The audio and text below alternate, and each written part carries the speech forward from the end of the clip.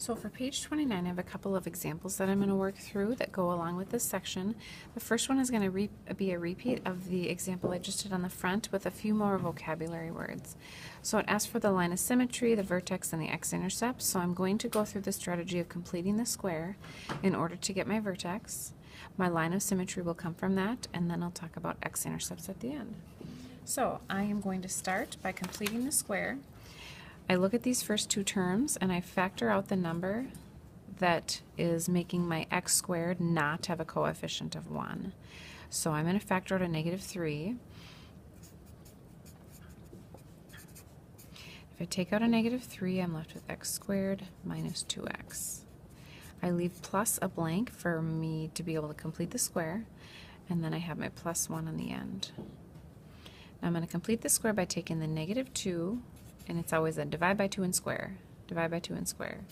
So divide by 2 and square it. -2 divided by 2 is -1, -1 squared is 1. So I add a 1.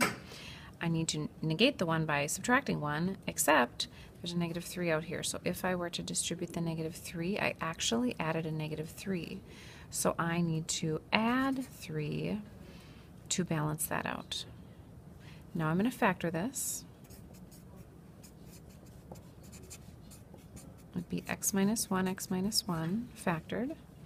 My plus 1 and plus 3 can be made a plus 4, and then because those are identical, I can write them as x minus 1 squared.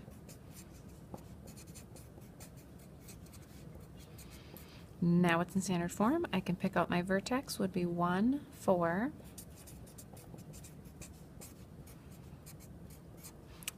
I am going to have a flip because of the negative. It will reflect across the x-axis and have a vertical stretch of 3. My line of symmetry, I'm going to call that my Los line of symmetry. That's just this first 1. It'd be x equals 1 because of that 1. And that's just the line that cuts my parabola in half. So it's always going to be cut in half how far over your vertex has been moved. And then last is x-intercepts. X-intercepts are another word for zeros. X-intercepts, we talked about x-intercepts in almost every other section that we've done so far this year. So you take a 0, set it equal to your equation, and then factor if possible. This one is unfactorable, so I would have to use the quadratic formula in order to get my numbers. -b plus or minus b squared minus 4 times a times c. So 4 times a times c would be plus 12 all over 2a, which would be -6. If I simplified, I get -0.15 and positive 2.15. So those are my x-intercepts, and I can use all that information to graph. Over 1 up 4, back 1 down 3, back to the vertex, over 2 down 12.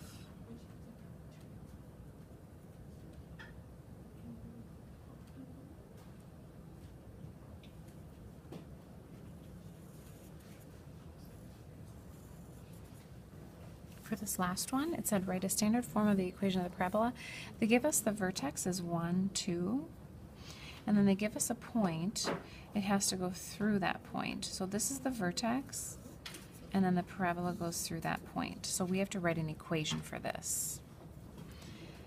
Now, if I knew nothing about my parabola and it was in standard form, I know that there could be a number out there, positive or negative. I know that it would be x minus h plus k.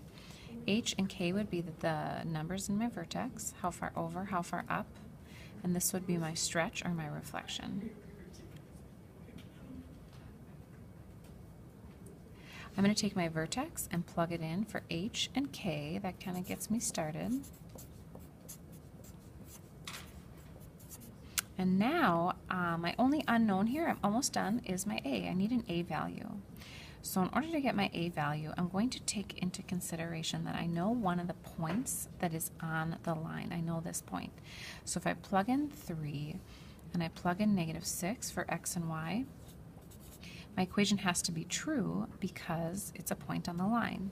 If I plug those in, the only letter that I don't know is a, so then I can solve for a. So that's what I'm going to do. I'm going to plug in 3 for x negative 6 for y, and solve for a and see what it is. So I'm going to subtract 2 from both sides. I'm going to simplify my parentheses. 3 minus 1 is 2, 2 squared is 4, and then I'll divide both sides by 4. So a in this case is negative 2. It doesn't surprise me that it's negative because it is facing down. So I'm going to go back up to here and rewrite this, but with a negative 2 in front.